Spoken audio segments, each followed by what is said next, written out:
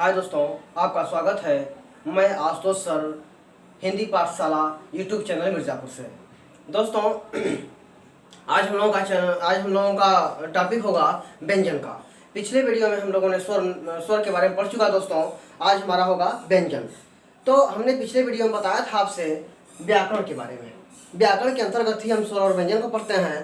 तो व्याकरण क्या है? व्याकरण एक ऐसा शास्त्र है जिसके माध्यम से हम किसी भी भाषा के अशुद्धियों की जानकारी अर्जित करते हैं। ठीक है। तो अब चूंकि जो व्याकरण है वह हम लोग जो स्वर और व्यंजन पढ़ते हैं वह वर्णमाला के अंतर्गत है। तो हम पहले वर्णमाला का चर्चा कर देते हैं। पिछले वीडियो हमने कर दिया है, लेकिन रिवीजन कर देता हूँ। तो वर्णमाला क्या है? वर्णों के समूह को वर्णमाला कहते हैं। वर्णमाला एक ऐसी व्यवस्था है जिसके माध्यम से हम वर्णों को एक क्रम से लिखने की व्यवस्था को सीखते हैं, उसे हम वर्णमाला कहते हैं। ठीक है। तो वर्णमाला दो प्रकार के होते हैं, पहला स्वर और दूसरा व्यंजन। तो स्वर की चर्चा पिछले वीडियो में हो चुकी है। आज हम लोगों की चर्चा होगी दोस्तों व्यंजन पर। ठीक है। व्यंजन, अब देखिए व्यंजन क्या है। व्यंजन ऐसे वर्णों को कहते हैं जो वर्ण बिना किसी सहायता से न लिखे जा सकें न पढ़े जा सकें, अर्थात जस्ट स्वर का अपोजिट होता है व्यंजन। स्वर किसे कहते हैं? जिन वर्णों को हम बिना किसी सहायता से लिखते पढ़ते हैं, बोलते हैं, उसे हम कहते हैं स्वर। और जिन वर्णों को हम बिना किसी सहायता से नहीं लिख सकते उसे स्वर की आवश्यकता होती है। जैसे मान लीजिए कि यहाँ पे हमने क लिखा और आपसे कोई पूछे कि क क्या है, स्वर है कि व्यंजन, तो आप क्या कहेंगे? न तो यह स्वर ही है और ना व्यंजन ही है, अर्थात यह दोनों है। ठीक। क्यों? क्योंकि क कैसे लिखा जाता है और इसमें अ लगा है दोस्त, तब जाकर के पूर्ण रूपेण क बना है। समझ रहे हैं ना? तो कल हम चर्चा कर चुके थे, क्योंकि ये दोनों वर्ड हैं और ये क्या है? अक्षर है। ठीक। तो कहने का सेंस यह है दोस्त कि यहाँ पे जो हमारे क का निर्माण हुआ है वह स्वर और व्यंजन दोनों से हुआ है। इसलिए हम व्यंजन को बिना स्वर की सहायता से नहीं लिख सकते हैं, और जो व्यंजन होता है वह सदैव अधूरा होता है, आधा होता है। ठीक। तो हम व्यंजन की चर्चा आगे करते हैं। व्यंजन, ठीक। तो अब आप समझ गए कि व्यंजन किसे कहते हैं। जो व्यंजन की संख्या होती है, व्यंजन की जो संख्या होती है, परंपरागत व्यंजनों की संख्या कितनी होती है दोस्त? 39 होती है। परंपरागत व्यंजनों की संख्या होती है 39, और मुख्य व्यंजनों की संख्या होती है क्या? मुख्य व्यंजनों की संख्या 33 होती है। ठीक। अब 39 कैसे होती है? आप जानते ही हैं कि क से लेकर, इसका वर्णन हम वर्णमाला में करेंगे और विस्तृत से, लेकिन इसमें शॉर्ट में आपको बता दे रहे हैं। क से लेकर के ह तक की काउंटिंग कितनी होती है दोस्त? 33 होती है। ठीक है। और इसमें संयुक्त व्यंजन को हम ले लेते हैं, जो कि संयुक्त व्यंजन की संख्या 4 होती है। संयुक्त व्यंजन के बारे में हम आगे बताएंगे। और दो जो है उच्छिष्ट वर्ण होता है, उच्छिष्ट वर्ण दो होता है, तो ये हो जाते हैं कितने? 4 तो 6, 6 3 9 और 3, तो 39, ये 33 हो जाते हैं परंपरागत हमारे व्यंजन। और जो मुख्य होते हैं वो 33 ही होते हैं। ठीक। अब हम आगे चलते हैं दोस्तों। आगे हमारा है कि व्यंजन के प्रकार। व्यंजन के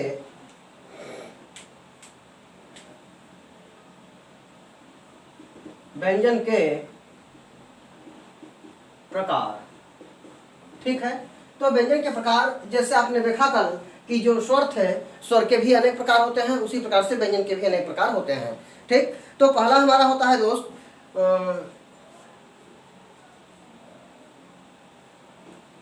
व्याकरण या उच्चारण के आधार पर। ये 4 प्रकार के होते हैं। व्याकरण या उच्चारण के आधार पर ये 4 प्रकार के होते हैं। वो कौन कौन से होते हैं? देखिए, पहला स्पर्श व्यंजन,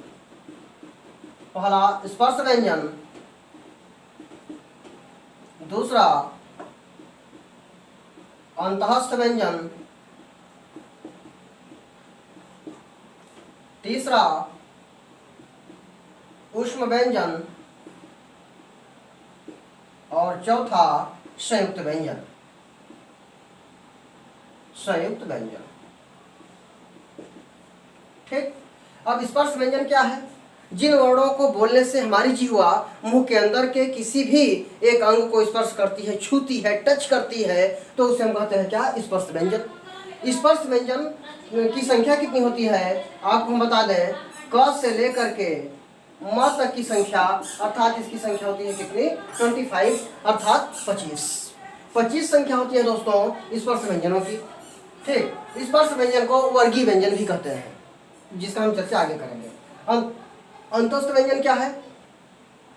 अंतस्थ व्यंजन की संख्या 4 होती है। इसके अंतर्गत य, र, ल और व होते हैं। इसकी संख्या कितनी होती है दोस्त? 4 होती है।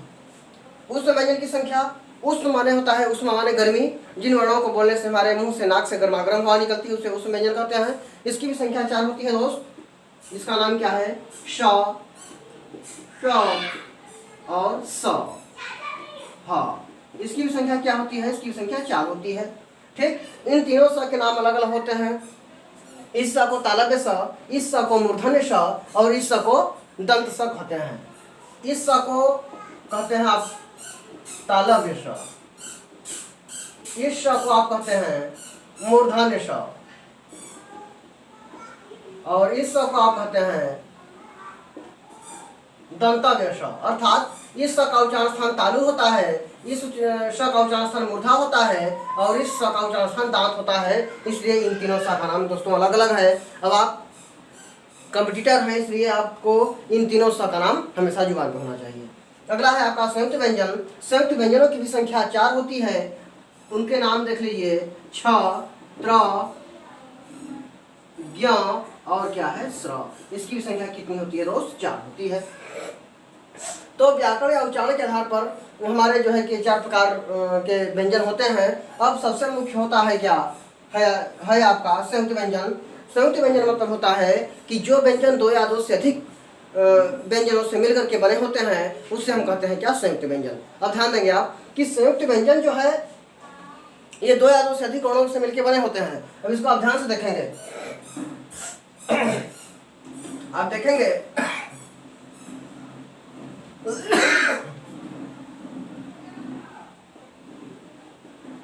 क प्लस श प्लस अ बराबर ये क्या बना है? 6। त प्लस र प्लस अ बराबर क्या बना है? त्र। ज प्लस य प्लस अ बराबर क्या बना है? ज्ञ। श प्लस र प्लस अ बराबर क्या बना है? स्र बना है दोस्त। तो ये जो चारों वर्ण हैं हमारे, ये देख लीजिए, ये कई वर्णों से मिलकर बने हैं। क है, श है, अ है। कभी कभी आपको विकल्प में और नहीं मिलता है, सिर्फ यही वर्ण मिलते हैं। तो उसमें आप क्या करेंगे कि जैसे मान लीजिए कि अगर आपको अ लिखने का मन नहीं है तो आप जो है कि यहाँ के हलंत आप मिटा देंगे। तो जब आप यहाँ के हलंत को मिटा देंगे तो इसमें जो है क्या होगा कि इसमें इस समय यह अ जो है कि सम्मिलित हो जाएगा। अगर अ लिखने का मन है तो यहाँ पर आप हलंत लगा के तब आप जो है कि अ लिखेंगे।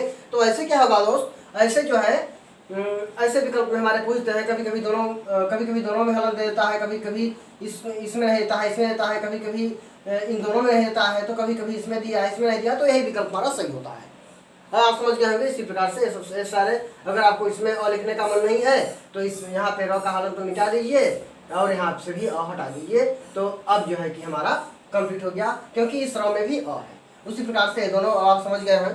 तो अगले पॉइंट में मैं चलता हूँ दोस्त। अगले पॉइंट में क्या है कि अगला प्रकार है हमारा वर्ग के आधार पर।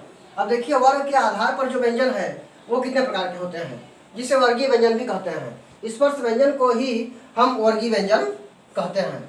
अब आप देखेंगे दूसरा कि वर्ग के आधार पर, तो वर्ग के आधार पर जो है व्यंजन 5 प्रकार के होते हैं। कौन कौन से होते हैं 5 प्रकार के? पहला देखिए क वर्ग, दूसरा च वर्ग, तीसरा ट वर्ग, चौथा त वर्ग, पांचवा आपका प वर्ग। ठीक, अब ये 5 प्रकार के होते हैं और इन पांचों प्रकार में 5-5 वर्ण होते हैं दोस्त, अर्थात इनकी भी संख्या आपकी 25 होती है। कौन कौन से होते हैं इसको आप देखेंगे।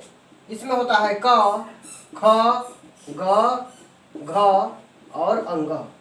इसमें होता है च, छ, ज, झ, य, ट, ठ, ड, ढ, ळ।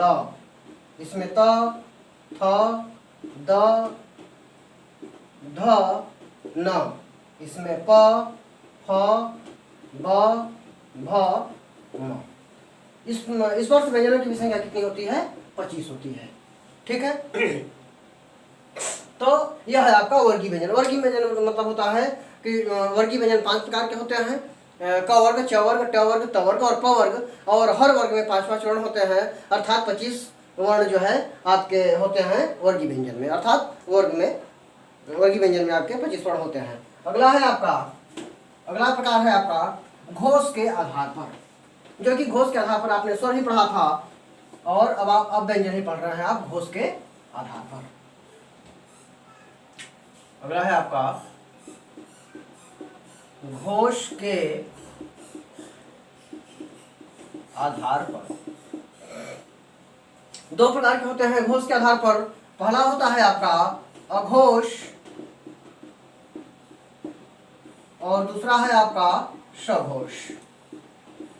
ठीक, अब जो अघोष और सघोष है, इसमें आप यह देखेंगे कि अघोष और सघोष में आप यह देखेंगे कि इसमें जो वर्ण होते हैं ये वर्णों के आधार पे होते हैं, अर्थात जैसे वर्गीय व्यंजन में पूरा हो जाता है क वर्ग से लेकर के प वर्ग तक, लेकिन जो इसमें आपके अघोष होते हैं या सघोष होते हैं उनका सिस्टम क्या है देख लीजिए।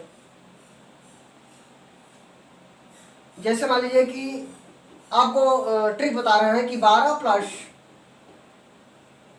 12 प्लस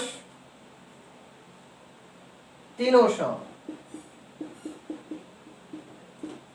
तालब स, मूर्धन्य स और दंत स, इसे हम कहते हैं क्या? अघोष कहते हैं। ठीक, अब आप यह समझेंगे 12 का मतलब आप समझ रहे हैं कि नहीं? अब देखिए 12 का मतलब क्या है।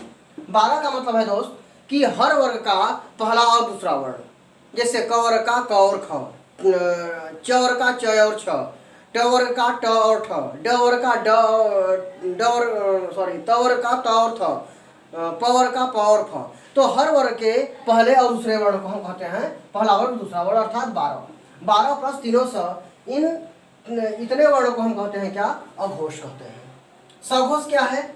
सघोष हर वर्ग का तीसरा, चौथा, पांचवा, अर्थात 45 य, र, ल, व और ह, इसे हम कहते हैं सघोष। ठीक है, तो सघोष आप समझ गए कि तीसरा, चौथा और पांचवा, तीसरा, चौथा और पांचवा सघोष का मतलब कि 345। 345 का मतलब कि हर वर्ग का तीसरा, चौथा और पांचवा, जैसे क वर्ग है तो ग, घ, अंग, च वर्ग है तो ज, झ, य, ट वर्ग है तो ढ, ढ, त वर्ग है तो द, ध, न, प वर्ग है तो ब, भ, म। ठीक, तो ये इतने वर्ण होते हैं आपके सघोष के अंतर्गत। अगला है आपका प्राण के आधार पर। प्राण के आधार पर, प्राण माने आप जानते हैं दोस्त कि हवा होता है। प्राण के आधार पर ये भी सिर्फ 2 प्रकार के होते हैं। प्राण माने हवा होता है, तो पहला होता है अल्प प्राण और दूसरा क्या होता है? महाप्राण। अब देखिए अल्प प्राण महाप्राण क्या है। जो अल्प प्राण होता है, अल्प प्राण माने होता है, अल्प माने थोड़ा, प्राण माने हवा, जिन वर्णों को बोलने से हमारे मुंह से कम हवा निकले उसे अल्प प्राण कहते हैं, और महाप्राण जिन वर्णों को बोलने से हमारे मुंह से ज्यादा हवा निकले उसे महाप्राण कहते हैं। ठीक है, तो अब इसमें आप देखेंगे कि 135 प्लस य, र, ल, व। महाप्राण में आप देखेंगे कि 24 प्लस तालव्य स, मूर्धन्य स, दंत स और ह। जिन वर्णों को बोलने से कम होने के लिए उसे अल्प प्राण, जिन वर्णों को बोलने से ज्यादा होने के लिए उसे महाप्राण कहते हैं दोस्त। अब देखेंगे कि 135 का मतलब आप समझ गए होंगे कि हर वर्ग का पहला तीसरा पांचवा वर्ग, जैसे क वर्ग का क ग और अंग, च वर्ग का च ज य, ट वर्ग का ट ड ळ, त वर्ग का त द न, प वर्ग का प ब म, ठीक, और य र ल व अर्थात अंतस्थ व्यंजन। आप ऐसे भी याद कर सकते हैं 135 प्लस अंतस्थ, अंतस्थ, ठीक। 24 हर वर्ग का दूसरा और चौथा, जिससे क वर्ग में ख और घ, च वर्ग में छ और झ, ट वर्ग में ठ और ढ़, और त वर्ग में थ और ध, और प वर्ग में फ और भ। तो इसे हम कहेंगे आप दूसरा और चौथा, और तीनों स, तो इसको आप ऐसे भी याद कर सकते हैं 24 प्लस ऊष्म व्यंजन, 24 प्लस ऊष्म व्यंजन, यह है क्या, महाप्राण है। तो इसे हम अल्पप्राण और महाप्राण के नाम से जानते हैं, ठीक है। तो अगला है आपका उच्चारण स्थान के आधार पर। अगला व्यंजन में ही कर दिए हैं उच्चारण स्थान के, उच्चारण स्थान के आधार पर। अब देखिए उच्चारण स्थान के आधार पर कितने प्रकार के होते हैं। उच्चारण स्थान के आधार पे वही उच्चारण स्थान, जैसे क का उच्चारण स्थान, छ का उच्चारण स्थान, म का उच्चारण स्थान, तो आपने जो संस्कृत में पढ़ा है वही इसमें है। अकुह विसर्जनीया नाम कंठ, इचुएसा नाम तालु, ऋतुरसा नाम मूर्धा, लृतुरसा नाम दंतः, उभुपध्या नाम ओष्ठ, एदैतो कंठतालु, ओदौतो कंठोष्ठ, वकारस दंतोष्ठ, अमंगलना नाम नासिका च। तो इसी चीज को दोस्तों हिंदी में कन्वर्ट कर दिया गया है। वह उच्चारण स्थान संस्कृत का जो है संस्कृत में है, ठीक। तो यह उच्चारण स्थान जो है ओनली इसमें व्यंजन नहीं होता है, इसमें स्वर और व्यंजन दोनों का वर्णन होता है। तो इसकी चर्चा हम करेंगे अगले वीडियो में, क्योंकि उसमें स्वर और व्यंजन दोनों है, वर्णमाला के अंतर्गत उसकी चर्चा हम दोस्त करेंगे, ठीक है। और तो जो आपका व्यंजन और व्यंजन के प्रकार हैं, व्यंजन और व्यंजन के प्रकार आपको यही इतने पढ़ने हैं। इसके बाद में आपको जो है व्यंजन में उच्चारण स्थान हम पढ़ा देंगे, वर्णमाला पढ़ा देंगे, वर्णमाला के अंतर्गत वो आता है दोस्त, और व्यंजन से आपको इससे ज़्यादा नहीं पढ़ने। तो दोस्त आप जो है कि मन लगा के पढ़ाई करते रहिए, और दूसरी बात कि आप हमारे यूट्यूब चैनल हिंदी पाठशाला से जुटे रहिए दोस्तों। मैं आशुतोष सर मिर्ज़ापुर से, आपका मिर्ज़ापुर में एकमात्र ऐसा यूट्यूब चैनल है दोस्तों जो आपको प्रतिदिन हिंदी और संस्कृत के जो है कि वीडियो उपलब्ध करवाता है। और किसी भी कंपटीशन में आप जो है हिंदी से और संस्कृत से क्वेश्चन होंगे दोस्तों, तो आप सारे क्वेश्चन आप सॉल्व करके आएंगे। हर वीडियो के बाद दोस्तों मैंने प्लान बनाया है कि आपसे आपका टेस्ट भी करवाएंगे, और टेस्ट दोस्त ऑनलाइन होगा, तो उसकी भी व्यवस्था हमने कर ली है।